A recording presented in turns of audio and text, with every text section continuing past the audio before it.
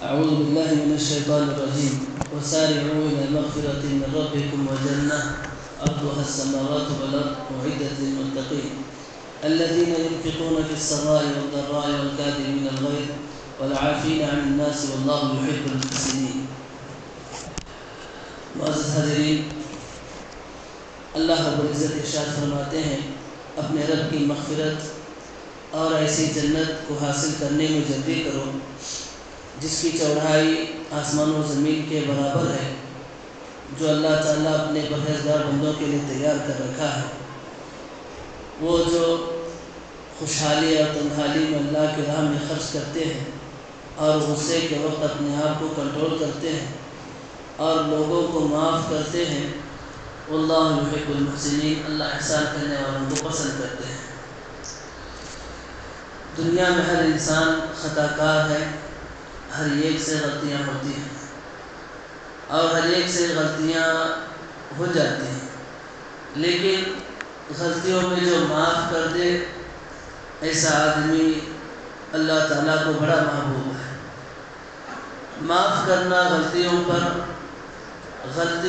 جو ہے انسان کو درگزر کرنا، یہ اللہ تعالیٰ کو بڑا پسندیدہ عمل ہے۔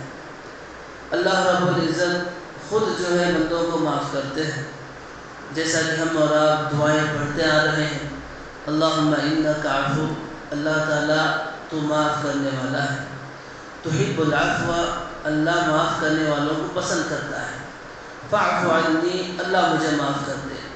تو اللہ رب العزت انسانوں کو معاف کرتے ہیں، ان کے گناہوں کو، ان سے ہونے والی غلطیوں کو اللہ تعالیٰ معاف کرتے ہیں۔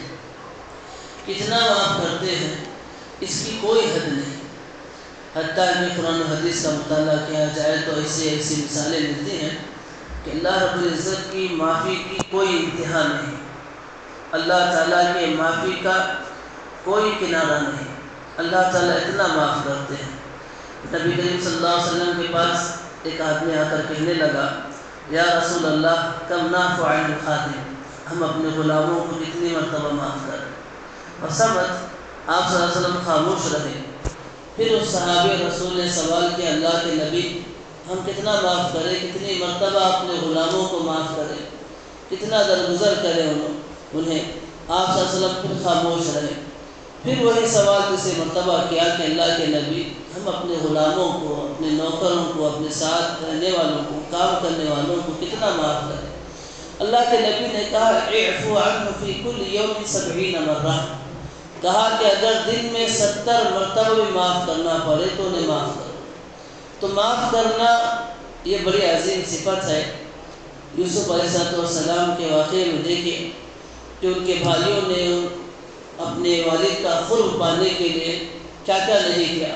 کسی نے کہا کہ انہیں بھیڑی کے سامنے ڈال دیا جائے، کسی نے کہا دور دراز جنگل میں جا کر چھوڑ دیں انہیں تاکہ واپس لوٹ کر ہی نہ آئے، ہمارے والد کی توجہ ہمیں بھی حاصل ہو، ہمارے والد انہیں بہت چاہتے ہیں۔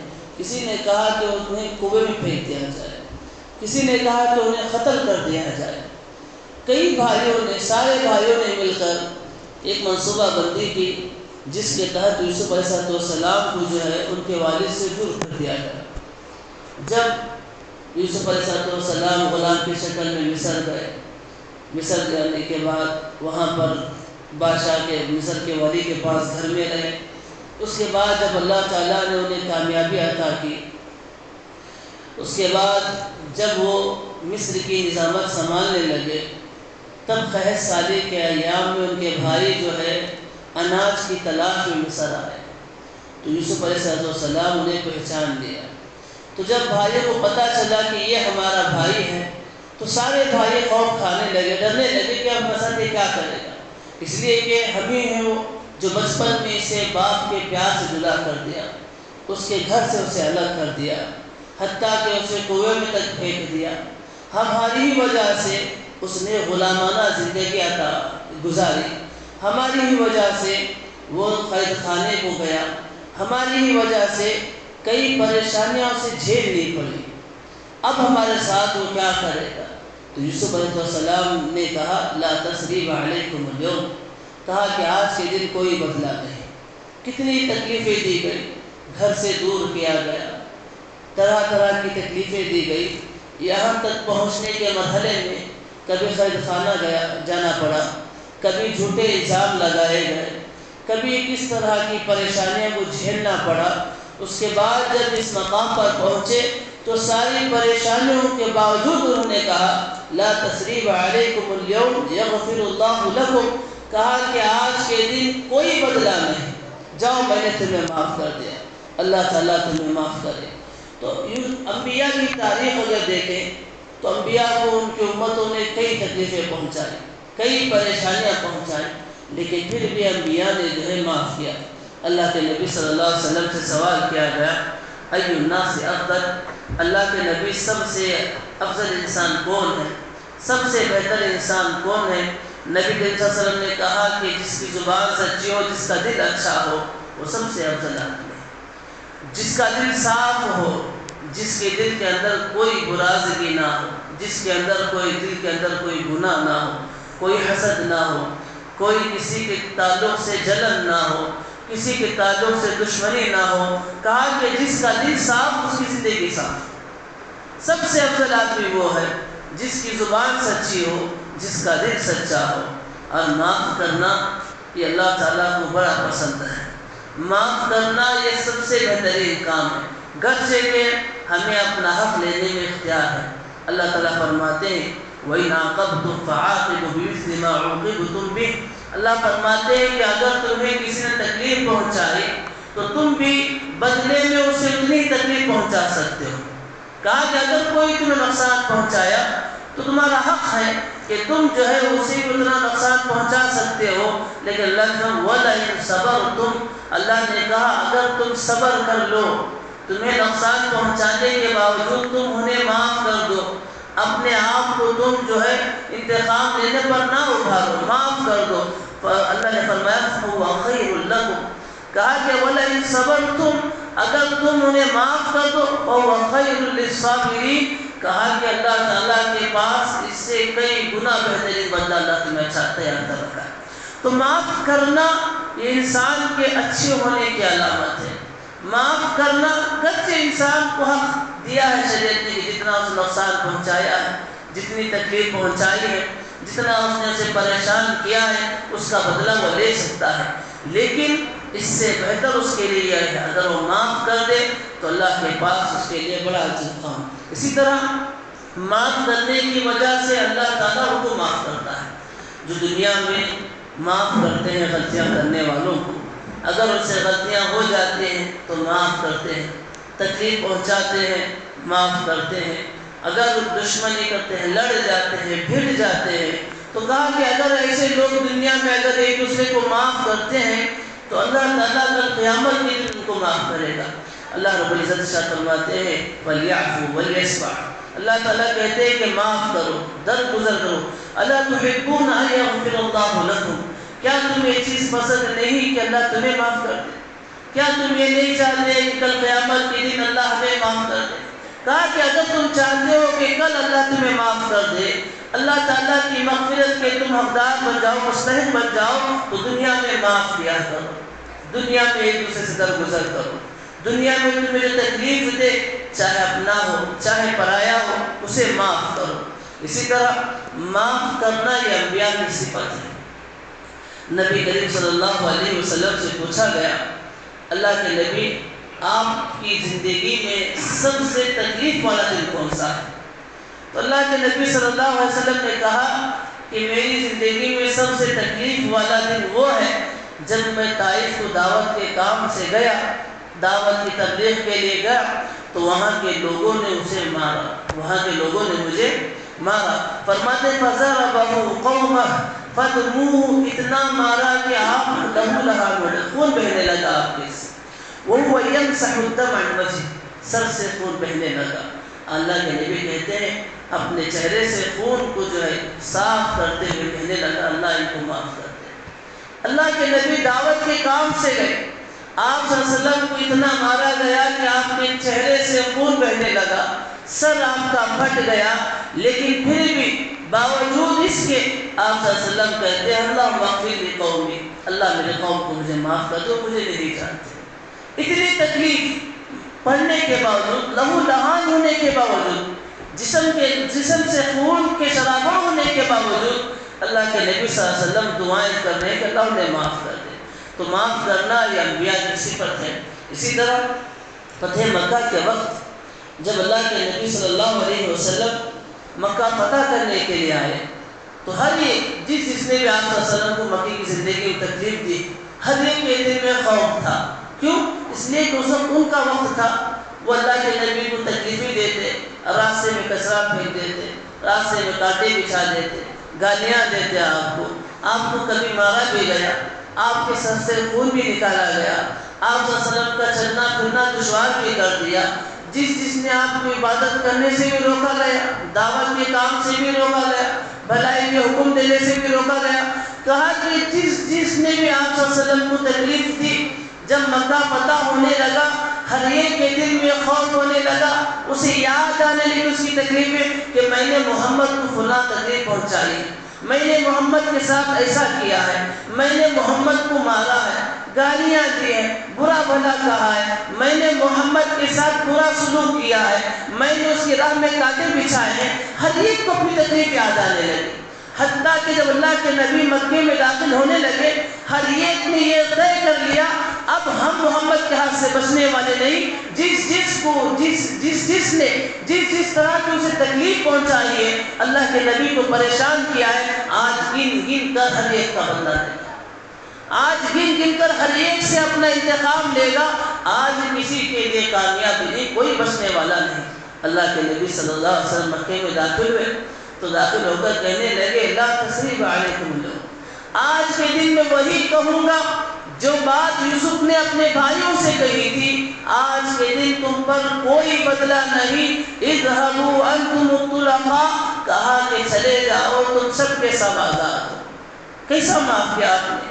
وہ نبی جس کو کبھی دعوت کے کام سے روکا گیا، نماز میں ہوتے تو آپ کے گردن کو مروڑ دیا جاتا راستے ڈال کر، کبھی آپ کی پیٹھ پر عرضی ڈال دی جاتی، کبھی آپ کے قتل کے منصوبے کیا جاتے، کبھی آپ کو چھت پر سے کھدر گرا کر کچلنے کی کوشش کی گئی۔ اتنی تکلیفوں کے باوجود بھی اللہ کے نبی صلی اللہ علیہ وسلم جب مکے میں داخل ہوئے سب کو معاف کرتے ہوئے کہا لا تثریب علیکم اليوم، آج کسی پر کسی طرح کا کوئی انتخاب نہیں، اذهبوا، جاؤ سب کے سب تم آزاد ہو۔ یہ اللہ کے نبی صلی اللہ علیہ وسلم تھے۔ اتنی ساری پریشانیوں کے باوجود آپ نے کسی سے انتقام نہیں لیا، اتنی ساری تکلیفوں کے باوجود آپ نے سب کو سب معاف کر دیا، سب کے خطاؤں کو معاف کر دیا، سب کی تکلیفوں کو بھلا دیا، کہا کہ آج آزاد ہو۔ تو معاف کرنا یہ بڑا عظیم عمل ہے، اور معاف کرنا یہ ہر آدمی کی بس کی بات بھی نہیں، ہر آدمی معاف نہیں کر سکتا۔ جس کے عزائم بلند ہوں، جس کے اندر حوصلہ زیادہ ہو، جو اللہ تعالیٰ سے زیادہ ڈرنے والا ہو، وہی آدمی معاف کر سکتا ہے۔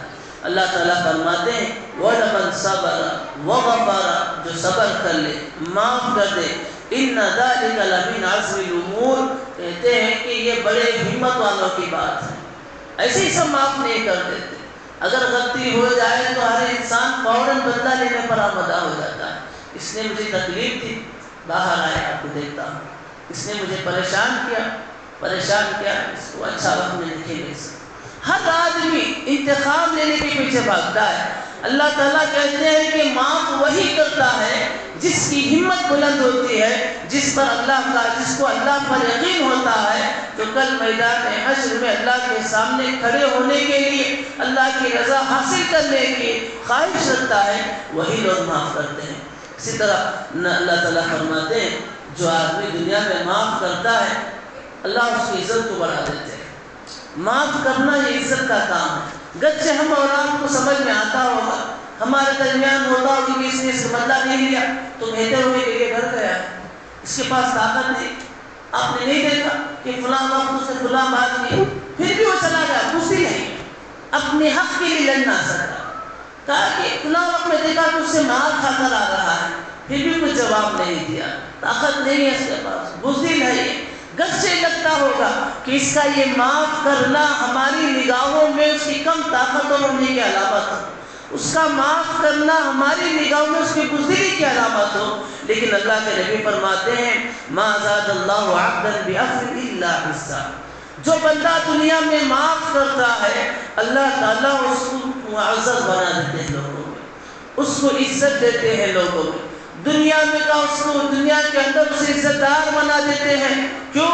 اس لیے کہ اس نے لوگوں کو معاف کیا، لوگوں کو درگزر کیا، تکلیفیں دی گئی، پریشانیاں دی گئی، غم دیے گئے، زبانی باتوں سے بھی تکلیف ہوئی، انسان کے ہاتھوں پیروں سے بھی تکلیف ہوئی، لیکن یہ معاف کرتا گیا تو اللہ تعالیٰ اسے دنیا میں عزت بخشتے ہیں۔ اور یہی وجہ ہے کہ آپ صلی اللہ علیہ وسلم جب مکے میں آئے تو لوگ تو کہتے تھے امین صادق، لیکن جب نبوت کا دعوت کا ہر ایک نے انکار کر دیا، لیکن آپ کی شفقت دیکھ کر، آپ کے معافی نامے کو دیکھ کر، آپ اتنا لوگوں کو معاف کرتے تھے، حتیٰ کہ جب صحابہ دوڑ اسلام میں داخل ہونے لگے، کہتے ہیں کہ کبھی اللہ کے نبی کو نہ دیکھ پاتے تو ہم رہ نہیں سکتے تھے۔ یہ عزت اللہ تعالیٰ کا کرتے ہیں، جو دنیا میں لوگوں کو معاف کرتے ہیں، اپنا حق چھوڑ دیتے ہیں اللہ کے لیے، کہتے ہیں اللہ تعالیٰ اس کے لیے عزت بڑھا دیتے ہیں۔ جو لوگ دنیا میں معاف کرتے ہیں اللہ تعالیٰ ان پر رحم کرتا ہے۔ نبی کریم صلی اللہ علیہ وسلم منبر پر کہتے ہیں ارحموا ترحموا، اللہ کے نبی کہتے ہیں کہ رحم کرو، تم پر بھی رحم کیا جائے، اللہ وغفر، گناہ ان کو معاف کرو، ان کو معاف کرو، یغفر اللہ لکم، اللہ تمہیں معاف کرے گا۔ تو اللہ تعالیٰ کی معافی اس آدمی کو میسر ہوتی ہے دنیا میں لوگوں کو معاف کرتا ہے، لوگوں کی تکلیفوں کو جو ہے درگزر کرتا ہے۔ اسی طرح عمر رضی اللہ تعالیٰ عنہ کے زمانے میں عیینہ بن حصن جو ایک آدمی آ کر کہنے لگے کہ عبداللہ عمر تم ہمارے بارے میں انصاف سے کام نہیں کرتے۔ کیا کہا کہ آپ ہمارے بارے میں انصاف سے کام نہیں لیتے، آپ لوگوں میں انصاف نہیں کرتے۔ یہ بات سننا تھا کہ عمر رضی اللہ کو غصہ آ گیا، اور آنے کے بعد وہ چاہ رہے تھے کہ اسے اس کی سزا دی جائے۔ اتنے میں وہاں پر حکم موجود تھے، وہ کہنے لگے کہ عمر بن خطاب اللہ تعالیٰ اپنے نبی سے کہتا ہے خذ العفو وأمر بالعرف وأعرض عن الجاہلین، اللہ کہتا ہے کہ معافی کا راستہ اختیار کرو اور بھلائی کا حکم دو اور جاہل لوگوں سے اعراض کرو۔ اور یہ آدمی جس نے آپ کو کہا کہ انصاف کرے، جاہلوں میں سے اسے اعراض کرو، سامنے کہہ رہا ہے خلیفہ کے وقت کا حاکم اپنے زمانے کا بادشاہ ہے، اس کے سامنے آ کر کہہ رہے ہیں کہ آپ ہمارے درمیان انصاف نہیں کرتے۔ آج ہمیں اور آپ کو کوئی آدمی تھوڑی سی بات کہہ دے تو کتنا غصہ آ جاتا ہے، ہمارے ناموں کو تھوڑا بگاڑ کر پوچھ دے تو کتنا غصہ آتا ہے، ہم چاہتے ہیں فوراً اس کا جواب دیتے ہیں، چاہے زبان سے دینا پڑے، چاہے ہاتھ پیر سے دینا پڑے، چاہے کس طرح سے دینا پڑے۔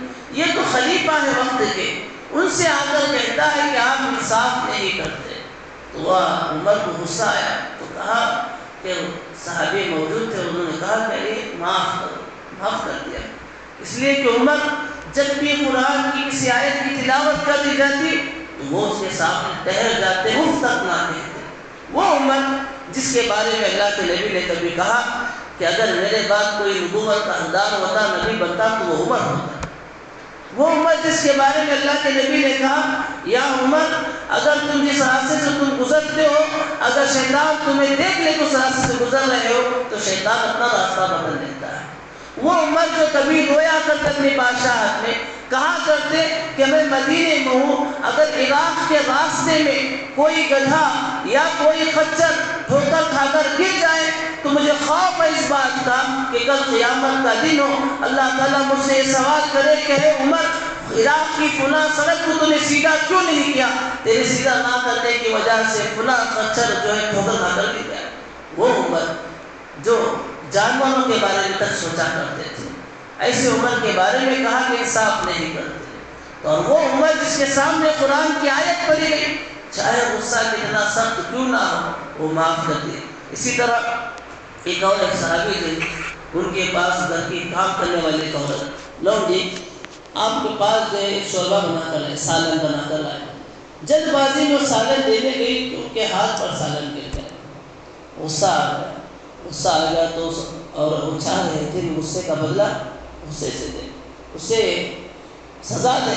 تو اس عورت نے کہا کہ اے آدمی، اللہ تعالیٰ فرماتا ہے وَالْكَاظِمِينَ الْغَيْظَ، اللہ تعالیٰ ان لوگوں کو پسند کرتا ہے جو غصے میں اپنے آپ کو کنٹرول کر لیتے. یہ سننا تھا کہ وہ تھم گئے. پھر اس آدمی نے کہا اور اللہ کیا کہتا ہے؟ تو آگے کہا وَالْعَافِينَ عَنِ النَّاسِ، اللہ تعالیٰ لوگوں کو معاف کرنے والوں کو پسند کرتے ہیں. پھر اللہ تعالیٰ پھر وہ آدمی کہتا ہے میں معاف کر دیا، غصے کے وقت کنٹرول کر دیا، مجھے کیا ملے گا؟ کہا کہ اللہ ایسے لوگوں کو پسند کرتا ہے. تو فوراً اس عورت کو انہوں نے آزاد کر دیا. سالن، گرم گرم سالن جو شوربہ ہے ہاتھ پر گر گیا. ہم اور آپ جانتے ہیں ہاتھ جل جاتا ہے، لیکن پھر بھی جب آیت کریمہ پڑھی جاتی، جب معلوم ہوتا ہے کہ اللہ معاف کرنے والوں کو پسند کرتے ہیں، کہا کہ یہ زخم تو زخم کیا، یہ اسی کئی تکلیفیں آ جائے، اگر اللہ ہمیں معاف کر دے تو یہ کافی ہے. اللہ تعالیٰ بہت معاف کرنے والے ہیں، معاف کرنے والوں کو پسند کرتے ہیں، اور معاف کرنے والوں کو اللہ تعالیٰ چاہتے ہیں. اور ایسے لوگوں کے لیے اللہ تعالیٰ بڑا اجر تیار کر رکھے. اللہ فرماتے ہیں فَمَنْ عَفَا وَأَصْلَحَ فَأَجْرُهُ عَلَى اللَّهِ، جو آدمی معاف کرتا ہے، لوگوں کی اصلاح کرتا ہے، فَأَجْرُهُ عَلَى اللَّهِ، اس کے اس کام کا بدلہ صرف اللہ ہی دے سکتا ہے. ہم اور آپ گن کر شمار کر کے نہیں بتا سکتے. جیسا کہ اللہ کے نبی نے کہا کہ ایک نیکی کرو 10 نیکیاں ملتی ہیں، اچھا کام کرو 10 سے 700 سے جو ہے کئی گنا. اللہ تعالیٰ نے کہا کہ 700 گنا تک مل جاتا ہے. لیکن یہاں پر اللہ کہتے ہیں کہ جو معاف کرتا ہے، لوگوں کی اصلاح کرتا ہے، فَأَجْرُهُ عَلَى اللَّهِ، اس کے اس کام کا بدلہ صرف اور صرف اللہ دے سکتے ہیں. اسے کوئی گنا نہیں سکتا، بتا نہیں سکتا. اتنا بڑا اس کا اجر ہے. معاف کرنے سے انسان کے اندر نرمی آتی ہے، معاف کرنے سے انسان کے اندر حوصلے پیدا ہوتے ہیں، معاف کرنے سے ماحول معاشرہ درست ہو جاتا ہے. ابو بکر رضی اللہ تعالیٰ عنہ کے ایک ابو مصطح نامی ایک آدمی تھے، غریب تھے. ان کے لیے جو ابو بکر ضرور کفالت کیا کرتے تھے، کھانے پینے کا ذمہ داری یہ لیے ہوئے تھے. جب اللہ کے نبی صلی اللہ علیہ وسلم عائشہ رضی اللہ تعالیٰ عنہ کے ساتھ واقع عفت پیش آیا تو انہوں نے بھی کچھ کہہ دیا ابو بکر کی بیٹی کے بارے میں، ہو سکتا ہے بس کہا. ابو بکر کو اتنا غصہ آیا، کہا کہ میری بیٹی کے بارے میں اس کی رائے یہ کھانا پینا سارا بند کر دیا، کچھ اسے کھانے پینے کے لیے نہیں دیا. اس کے بعد ایسے ہی چلتا رہا. بعد میں اللہ تعالیٰ نے قرآن مجید کی آیت کریمہ نازل کی، کہا فَلْيَعْفُوا وَلْيَصْفَحُوا، کہا کہ معاف کرو، درگزر کرو. أَلَا تُحِبُّونَ أَن يَغْفِرَ اللَّهُ لَكُمْ، کیا تم نہیں چاہتے کہ اللہ تعالیٰ تمہیں معاف کرے؟ اللہ تعالیٰ معاف کرنے والا، رحم کرنے والا ہے. یہ آیت کریمہ اترنی تھی. ابو بکر نے کہا بلا یا اللہ، کہا کہ اللہ تعالیٰ کیوں نہیں، إِنِّي أُحِبُّ أَن يَغْفِرَ اللَّهُ، میں چاہتا ہوں کہ اللہ مجھے معاف کر دے. فوراً گئے، جا کر پھر اس کی کفالت کی، جو چیزیں تھیں سب دے دی. بیٹی پر تہمت لگا رہا ہے. بیٹی پر تہمت لگانے کے باوجود ہم اور آپ جانتے ہیں اگر کسی باپ کے سامنے کسی بیٹی پر تہمت لگایا جائے تو معاملہ کتنا سنگین ہوتا ہے. بھائی کے سامنے بہن کی تہمت لگائی جائے تو معاملہ کتنا پیچیدہ ہوتا ہے. انسان کو کتنا غصہ آتا ہے، کہتا ہے ہمارے گھر والوں پر کیچڑ اچھالتا ہے، ہمارے گھر والوں پر تہمت لگاتا ہے. لیکن پھر صرف اللہ تعالیٰ کا یہ کہنا کہ تم چاہتے نہیں کہ اللہ تمہیں معاف کر دے، یہ سننا تھا. کہا کہ یہ تکلیف کیا تکلیف ہے، اللہ اگر معاف کرے تو اس سے بڑی کوئی نعمت نہیں، فوراً معاف کر دے. اس لیے معاف کرے. اللہ تعالیٰ معافی کو پسند کرتے ہیں. اللہ رب العزت سے دعا ہے اللہ تعالیٰ ہمیں اور آپ کو معاف کرنے والا بنائے. اللہ ہمارے دلوں کو صاف کرے، اللہ ہمارے گناہوں کو معاف کرے، اللہ ہماری عبادتوں کو قبول کرے. اللہ ہمیں قیام اللیل جو پڑھ رہے ہیں اللہ اسے قبول کرے. اللہ لیلۃ القدر نصیب فرمائے. آمین. السلام علیکم ورحمۃ اللہ.